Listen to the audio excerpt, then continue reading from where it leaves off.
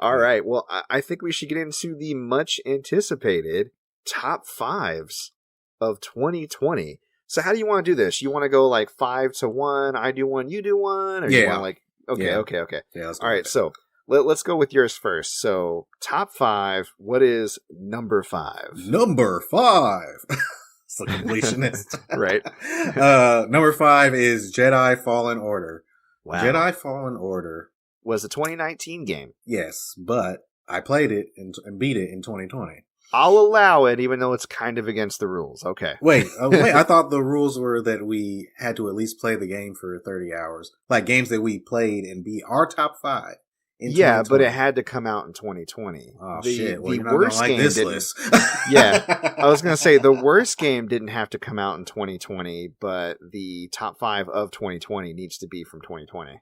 That's okay though. Right. That's okay. Well, two out of 5 of mine are not from 2020, but yeah. We'll let it slide. Don't worry about it. Yeah. But yeah, Jedi. Yeah. Jedi Fallen Order, amazing Star Wars game. Who were the people that made that? Remedy? Same people that made Titanfall 2, also an amazing game. Yes. Jedi Fallen Order is the most fun I've had with a Star Wars game since The Force Unleashed, the first game on PS3. And this game just, even though it's got that Dark Souls, Demon Souls vibe to it, I found myself sticking with it and able to actually overcome it. Some parts I had to down the difficulty just a little bit, like on some second sister fights. But other than that, man, it was great. The world was great. I love Star Wars Galaxy and everything that they put into this. Cal is a great character. The crew of the ship was pretty dope. The worlds that you go to, also great. The Wookiee planet, just everything. Everything about that Star Wars game was probably 8 to 10 out of 10 for me. So I wholeheartedly agree. Yeah. I think it's a great Star Wars game. I also agree it's the best I've played since The Force Unleashed. And I liked how you'd fight unique monsters or have like side quests to fight tougher kind of like mini bosses. The comparisons to Dark Souls, you're not the first person to make them. I didn't see it because to me, what sets Dark Souls apart is no matter how much you level up, you're still getting your ass kicked if you make even a single mistake. Yeah. Whereas in this game, it's definitely tough in the beginning, but progression does kind of open up combat for you and give you options. And as long as, I mean, obviously, if you make too many mistakes in a row, you'll still suffer. But as long as you're utilizing the toolkit that is expanding before you, that you're pouring points into, you can come out on top fairly okay. Yeah. And again, like you said, save for some moments when you're fighting certain enemies, which is going to test you, which is good, I think, in a game. But I never felt like this game really hates me. And every time I play a Souls game, I'm like, this game really hates me. Yeah.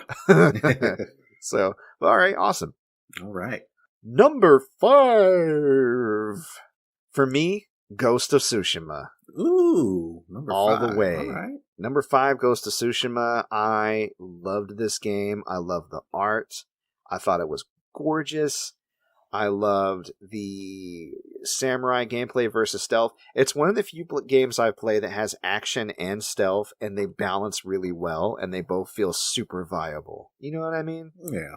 Usually stealth I always lean towards because it just fits my gameplay style more, but I enjoyed fighting in the open just as much as stealth, and I never felt like I failed or did a combat encounter sub-optimally if I broke stealth in the middle of an engagement to do some physical attacking. It all just felt natural to me, right? Yeah, right. Combat, probably the best this year that I've played in a game, as far as like the entire combat system itself, save for maybe one other example that's really kind of apples to oranges, but definitely top 2 or 3 combat systems that I played and really makes that game what it is.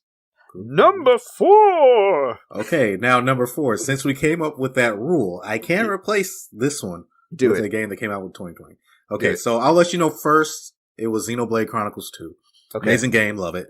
But, and this next one's also kind of cheating, but it's Yakuza 4 Remastered, which came out earlier this year. It counts. In a collection. Okay. It counts. Yakuza 4 is probably my second favorite Yakuza. I don't know. There's so many. Let's say third favorite. Is that the one where you play as the loan shark? Yes. Got his money? Okay. Yes. That's the one I played through the most. I really love the part where you have to fight that guy that wears underwear on his head. Right, yeah. Yakuza 4, because Yakuza 3 left a bad taste in my mouth because it just wasn't that good. Okay. But Yakuza 4 pretty much did everything right, introduced new playable characters with interesting backstories that all kind of came together to create this awesome story. And the showdown at the end is one of the most badass Japanese things I've ever seen in a game.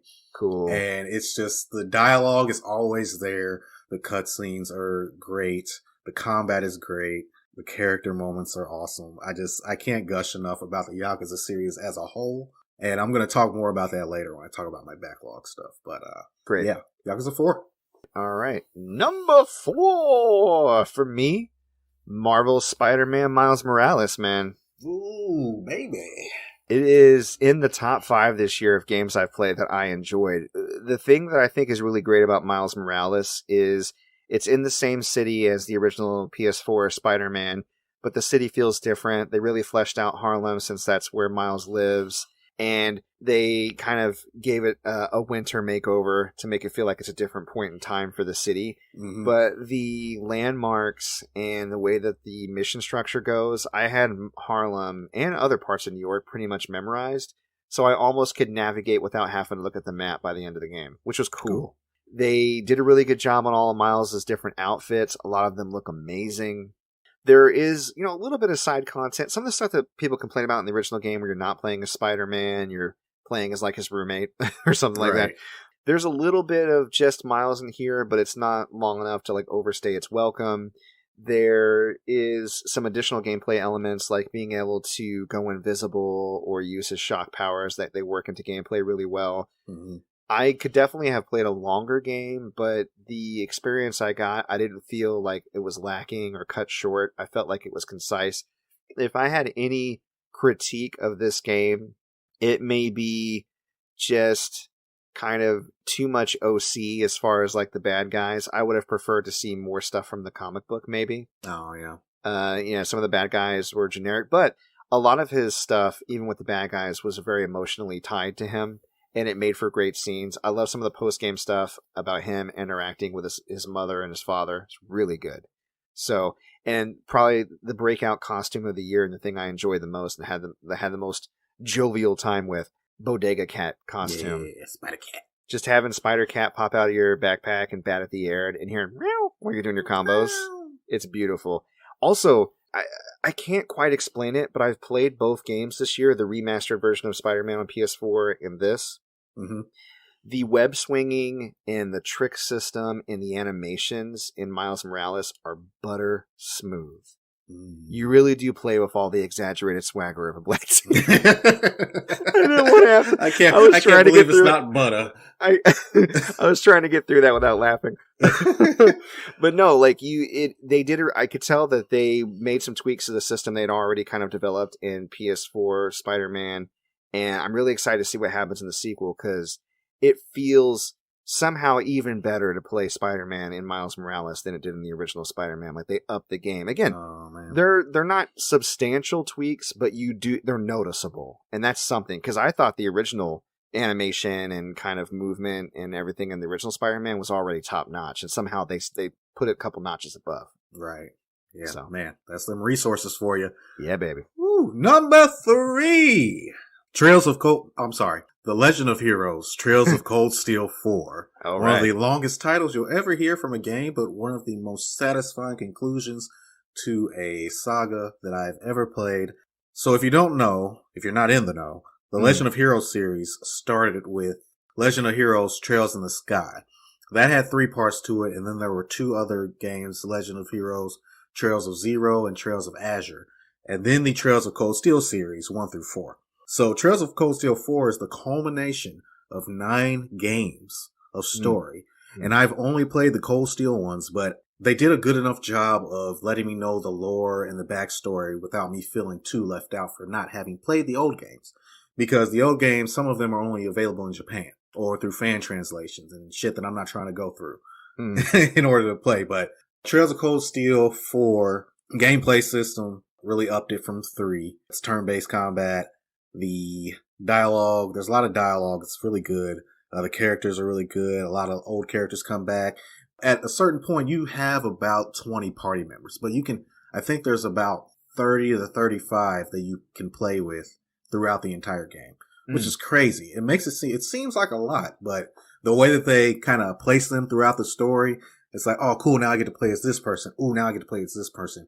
Oh, this person was against me a little while ago or 2 games ago, but now I'm playing as them here. It's really cool. It's really sweet. Very satisfying ending. It does that Tokyo Xanadu thing where I think most Falcom games do, where you kind of reload your clear data and then you get the true ending. That's or cool. You can fight the true last boss. So Trails of Cold Steel 4, amazing series.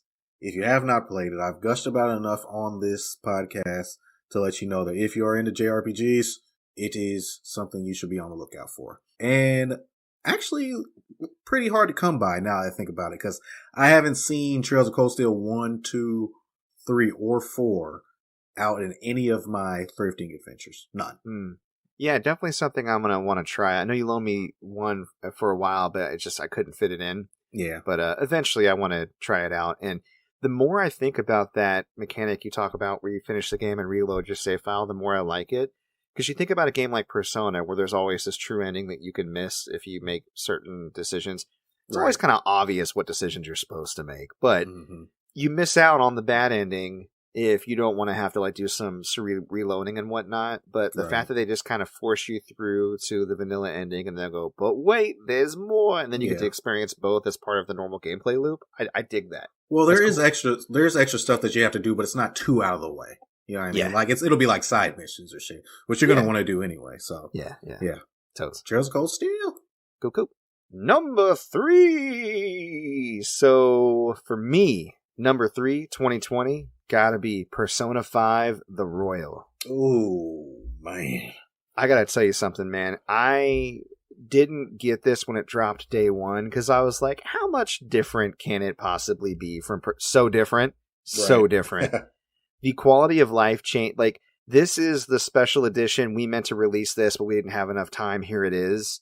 And the extra story bits, the quality of life changes, the changes to combat, the way the characters interact, the extra...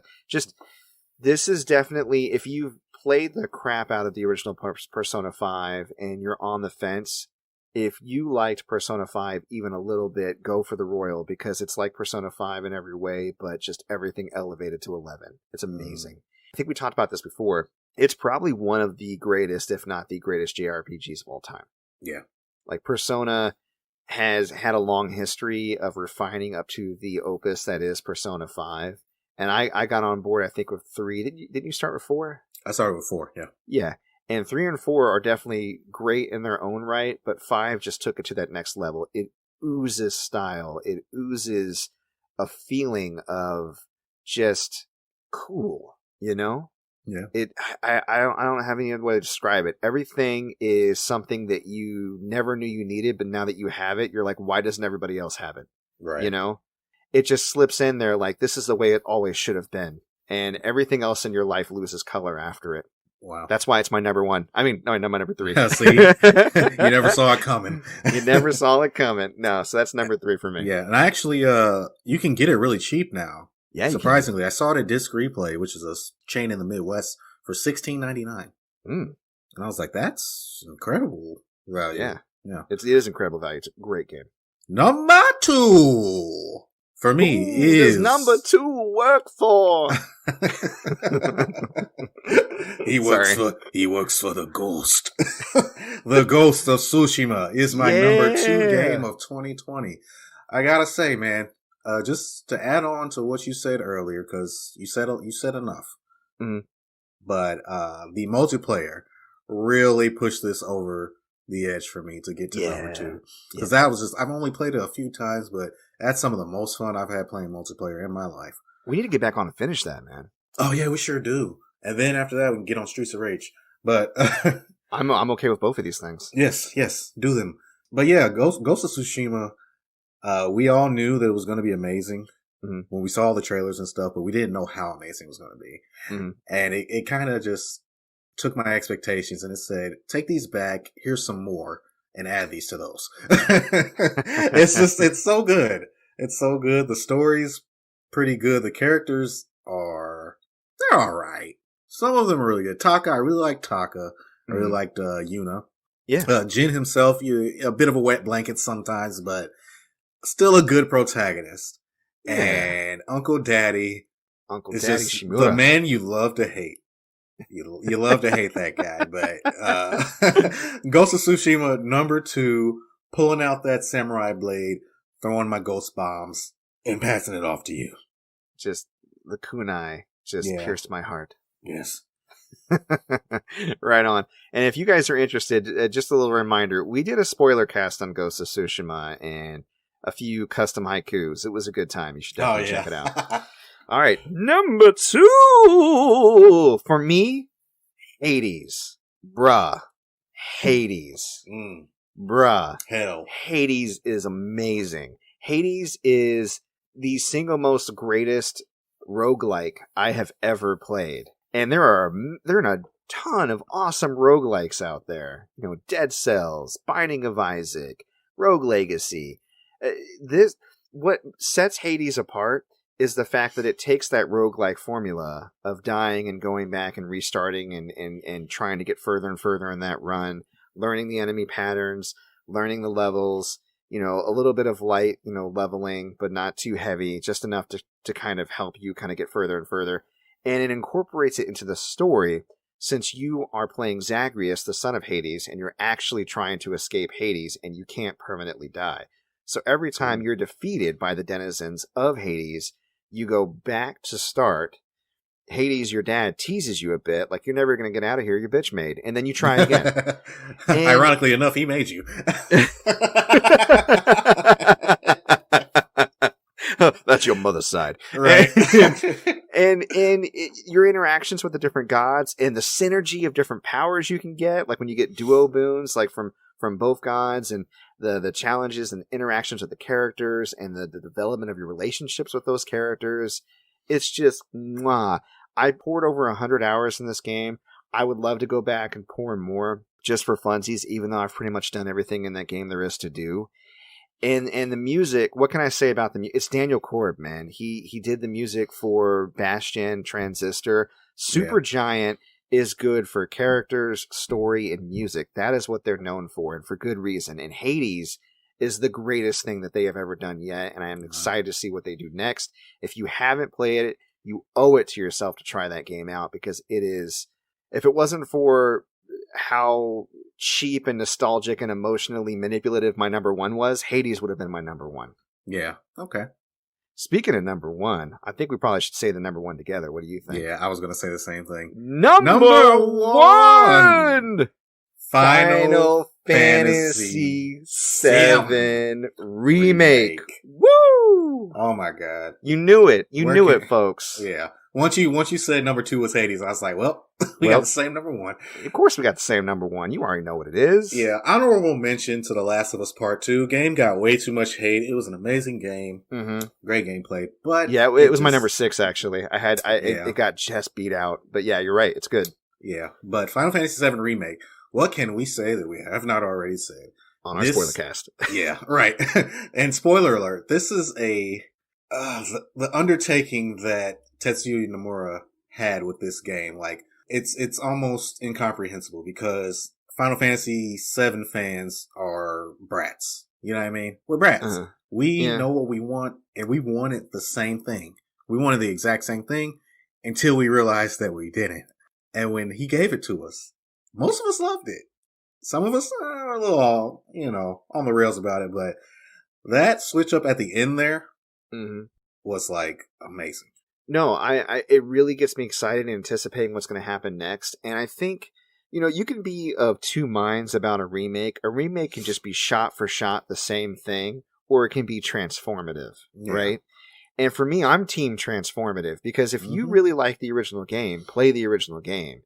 The remake takes the feeling from that original game and elevates it, and then transforms it in a way that makes it its own thing while still retaining the spirit of the original. And that is, like you said, a hard line to hold that only a madman would attempt, and only a genius can actually pull off. And I think that's what we have here. And Nomura's a bit of both of those things. Yeah, he is wearing a dress made out entirely out of belt buckles, and he is a genius. Yeah. And I love him and hate him. Yeah. Because I think we talked about this before too. Auteurs, when you completely pull the reins off, sometimes you get a disaster. Kingdom Hearts 3, rest in peace. Yeah. Maybe we can see a bright future with it later on. I don't know. But as far as Final Fantasy VII is concerned, there were enough hands of reverence in this and enough guidance, I think, from the original team members and the new team members. And I think this is his baby. It's one of his games that he loves the most.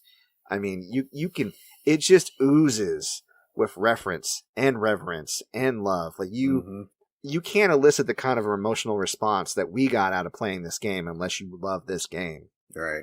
You know what I mean? Everything about it, from Advent Children, like all the Crisis Core, all the Before Crisis, everything. Like it's all in there and referenced, and it's all done so well and organic, and it fits together like a jigsaw. Just woof, 1,000 pieces. Blah. Look at it. And it gives the characters more personality than they've ever had.